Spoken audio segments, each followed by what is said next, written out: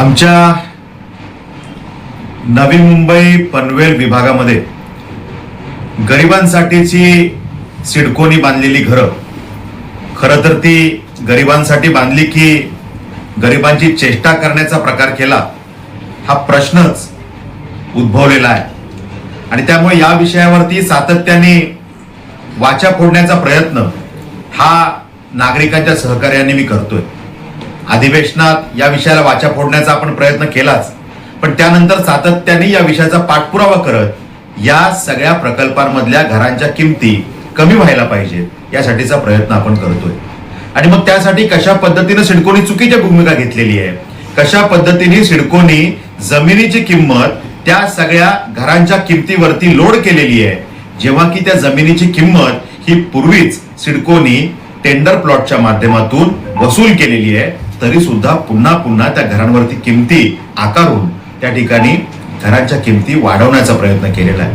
अशा अनेक गोष्टी त्या ठिकाणी निदर्शनास आपण आणलेल्या आहेत।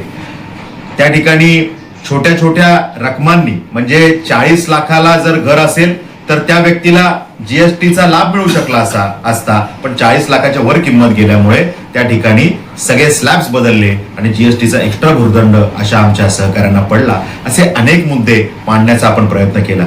सन्माननीय नगरविकास मंत्री आणि उपमुख्यमंत्री यांच्याशी या विषयात 5 वेळा बैठका लागल्या, पण त्या 5 वेळा बैठका पोस्टपोन झाल्या आणि त्यामुळे या विषयाचा सातत्याने पाठपुरावा मुख्यमंत्री महोदय असतील, उपमुख्यमंत्री महोदय असतील यांच्याकडे करण्याचा आपण प्रयत्न केला। नगर विकासच्या आमच्या राज्यमंत्री सन्माननीय माधुरीताई मिसाळ यांच्याशी या विषयात संवाद साधलेला आहे आणि त्यामुळे या विषयात संघर्ष सातत्याने सुरू आहे। आता हिवाळी अधिवेशन सुरू होत आहे आणि त्यामुळे या अधिवेशनाच्या पार्श्वभूमीवरती या विषयाला वाचा फोडण्याचा प्रयत्न आपल्या सगळ्यांच्या परिवारातला सदस्य एक आमदार म्हणून मी त्या ठिकाणी करणार आहे। मग या निमित्तानं नगर विकास मंत्री आणि उपमुख्यमंत्र्यांशी त्या अधिवेशन काळात भेट घेऊन नगर विकास खात्याचे अतिरिक्त मुख्य सचिव असीम गुप्ता यांच्याशी भेट घेऊन या विषयाला वाचा फोडून तात्काळ या घरांच्या किमती कमी करण्यासाठी जे काही करायचंय ते आपण करतोय। या विषयात आमच्या चर्चा सुरू आहेत, सकारात्मक पद्धतीने या चर्चा पुढे चालल्या आहेत आणि त्यामुळे मला खात्री आहे की या विषयामध्ये नागरिकांच्या सहकार्याने जो संघर्ष आपण करतोय त्याला नक्की यश येईल आणि त्यामुळे प्रामाणिकपणे प्रयत्न आपण आजपर्यंत करत आलो, यापुढेही यातला संघर्ष प्रामाणिकपणे आपण करू आणि आपल्या गोरगरीब जनतेसाठी ही घरं यात किमती कमी होतील यासाठीचा यशस्वी प्रयत्न आपण करणार आहोत।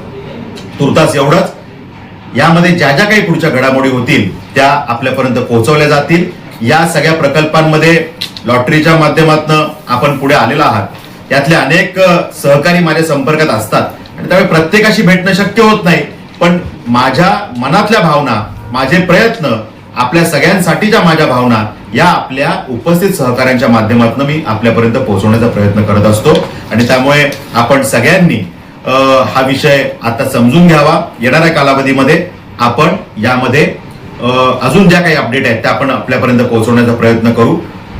सन्माननीय मुख्यमंत्री महोदय, सन्माननीय उपमुख्यमंत्री महोदय या दोघांनाही विनंती करून त्यांना या विषयाची पार्श्वभूमी सांगून सिडकोची सुलतानी मानसिकता समजावून सांगून आपण यश मिळवण्यासाठी प्रयत्न करू। माझं मन मला सांगतंय